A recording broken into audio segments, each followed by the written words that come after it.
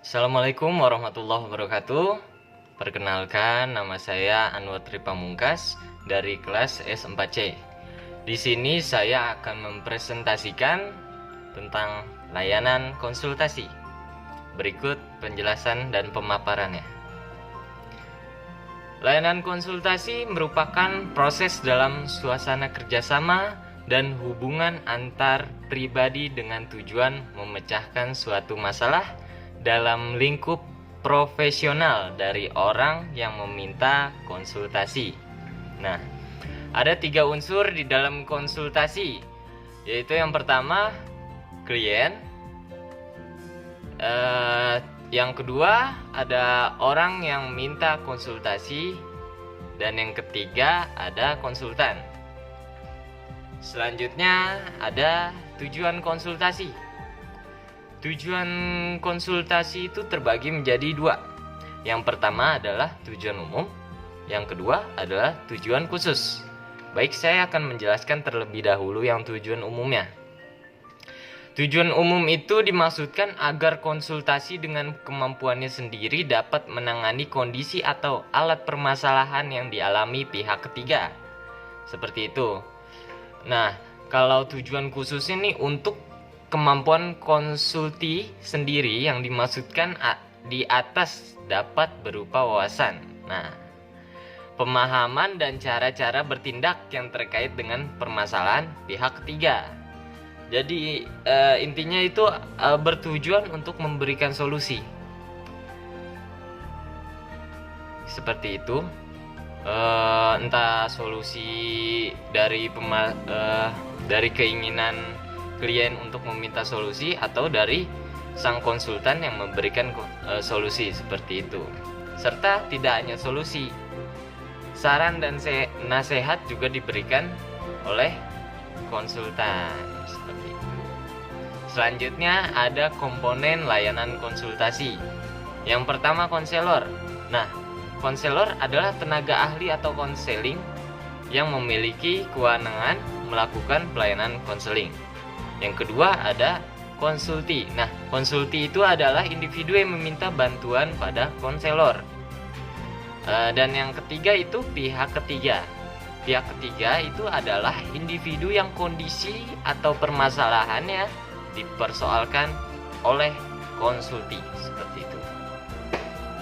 Nah, di dalam layanan konsultasi ini juga terdapat asas. Nah, asas-asasnya apa aja sih dalam layanan konsultasi? Yang pertama itu asas kerahasiaan. Yang kedua, asas kesukarelaan. Sementara yang ketiga itu ada asas kemandirian. Nah, kalau asas kerahasiaan itu seperti seseorang konselor wajib menjaga kerahasiaan. Dengan harapan adanya kepercayaan dari semua pihak, maka mereka akan memperoleh manfaat dari pelayanan bimbingan dan konseling. Jadi, apapun yang dibicarakan dalam layanan konsultasi ini, orang lain di luar sana tidak boleh tahu tentang apa yang dibicarakan hari ini, gitu. Dan selanjutnya ada asas kesukarelaan. Nah, asas kesukarelaan ini yaitu seperti proses yang kita bilang dengan proses bimbingan dan konseling itu harus berlangsung atas dasar kesukarelaan, baik dari pihak konselor ataupun klien. Jadi dalam asas kesukarelaan ini jangan sampai ada paksaan, seperti itu. Jadi klien atau konselor itu harus tulus menceritakan permasalahannya, berbicara satu sama lain tuh harus tulus tanpa ada paksaan. Dan yang ketiga itu asas kemandirian. Nah, asas kemandirian ini merupakan salah satu tujuan pelayanan bimbingan dan konseling. Jadi siswa atau klien yang telah dibimbing hendaklah bisa mandiri, tidak tergantung lagi kepada orang lain atau konselor, seperti itu. Dan selanjutnya dalam hal ini terdapat pendekatan dan teknik. Kalau pendekatan dan teknik pada konseling perorangan itu seperti penanganan masalah pada klien itu langsung oleh konselor. Sementara layanan konsultasinya yaitu penanganan masalah pihak ketiga oleh konsulti sesudah konsultasi dengan konsultan atau konselor. Jadi itu pendekatan dan teknik dari konseling perorangan dan layanan konsultasi. Nah, selanjutnya dalam hal ini juga terdapat 2 teknik. Yang pertama teknik umum, yang kedua teknik khusus. Nah, saya akan menjelaskan teknik umumnya dulu. Nah, teknik umum ini dimulai dari menerima klien, mengatur posisi duduk, mengadakan penstrukturan.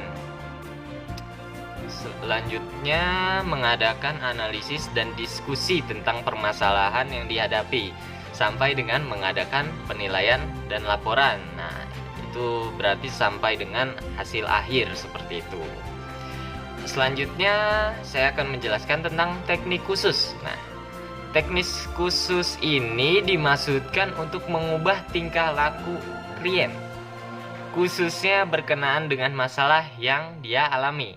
Nah, teknik-teknik ini terbentang dari perumusan tujuan seperti itu. Selanjutnya di sini juga ada tentang strategi BMB3 dalam layanan konsultasi, serta diperlukannya waktu dan tempat, dan juga menganalisis keterkaitan dengan jenis layanan dan kegiatan pendukungnya. Selanjutnya di sini ada operasional layanan. Nah, operasional layanan dalam kegiatan konsultasi ini meliputi perencanaan dan pengorganisasian. Selanjutnya pelaksanaan itu sendiri. Ketiga, penilaian. Ada penilaian segera, LAISEK. Ada yang penilaian jangka pendek, LAJIPEN, atau ada penilaian jangka panjang, LAIJAPANG. Seperti itu. Dan terakhir, itu dalam operasional layanan ada tindak lanjut dan laporan, yaitu hasil dari kegiatan konsultasi itu sendiri. Oke, mungkin sampai di sini saja presentasi saya hari ini. Lebih dan kurang mohon maaf. Wassalamualaikum warahmatullahi wabarakatuh.